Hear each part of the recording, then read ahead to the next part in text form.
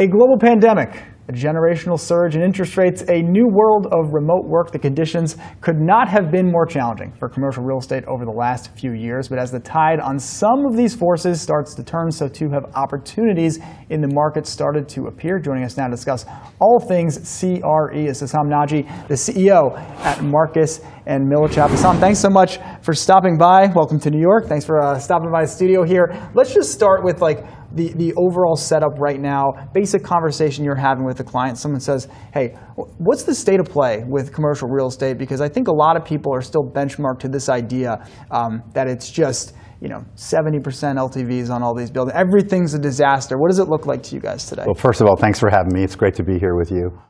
It is a picture that's changing very rapidly in that the market was basically in a shock state in 2023.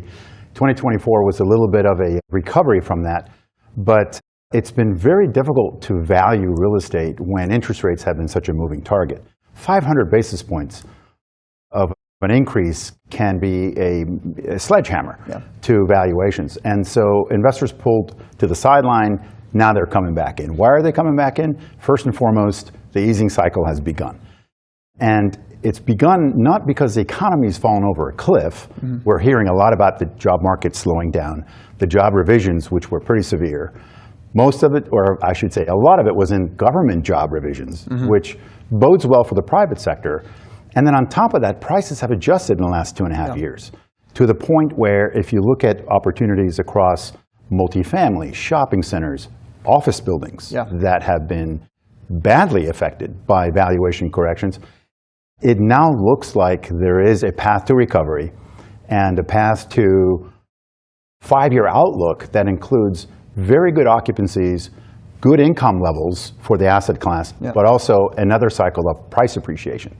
This includes like warehousing, distribution facilities, or even self-storage or seniors housing facilities. We're seeing it across the full spectrum of commercial real estate. Yeah, let's double click on offices, because I think it's the kind of thing people can't get enough of the talk of like, oh, I had to go back, I can't go back, all this kind of stuff.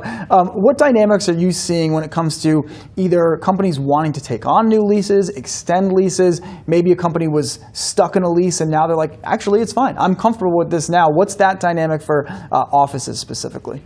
Probably the most important thing that you don't read as much about, besides the return to work mandates by companies, bringing more traffic into the buildings daily than we've seen since the 2019 period, pre-pandemic, is the fact that as leases roll over and companies are now looking into the next 5 to 7 years, they are being a lot more conservative about office space. So the push for efficiency, not just because of the resistance of a lot of workers not wanting to come in every day, but also for profitability and productivity. There is a push to reduce footprint. That coupled with the fact that a good percentage of the workforce will still be hybrid into the next cycle, it's going to reduce demand. However, we're coming off of the extreme lows of the last few years. Daily traffic is now up to 80% of what it was pre-pandemic and improving all the time. I just think the good news for the office market is that there's hardly any new construction if you look at it as a sector. There are some pockets here and there. And the differences between old, obsolete assets versus newer Class A modern office buildings is very significant. And how much, I remember writing or editing a few stories back in maybe 22, 23 around this idea of office conversion to other uses. How much of that actually came through? It felt like there were mixed opinions on whether that was going to be a real trend, whether that was even feasible for a lot of these buildings. Generally speaking, as a needle mover, it's not a trend because of the cost and the configuration of office not really matching up to, especially residential, which is what the conversion wave was supposed to be all about. Yeah, I think so. The other thing that's really interesting is we've known and tracked a lot of investors that had opportunity funds put together over the last 3 or 4 years, waiting to buy assets in large volumes at deep discounts. And outside of some office building dispositions that really fit that distress category, there's been very little of that. Lenders have worked with the owners. You mentioned the loan to values. They went way down, of course, as banks and other lenders became really conservative. We're seeing them come back into the market and bring more liquidity to the market. So those LTVs are shifting again. Yeah, let's talk about something you mentioned earlier, which is the warehousing play. And I think it's really just tied to e-commerce, the way people are spending their money. I'm out in New Jersey. I go west on 78. It's pretty much all there is out there. A bunch of warehouses now. What's demand like there? Is there any softness within that market? And what have you guys kind of seen on that side of it? Demand has been very strong. The problem has been more the oversupply. The market just got overzealous with adding too many buildings. And with warehouses, they're much easier to add than office buildings, both in cost and timing. And then put the tariff question mark on the demand side of the equation, and that has created some uncertainty. In April, May, right after the tariff announcements, there was a lot of large leases that got postponed.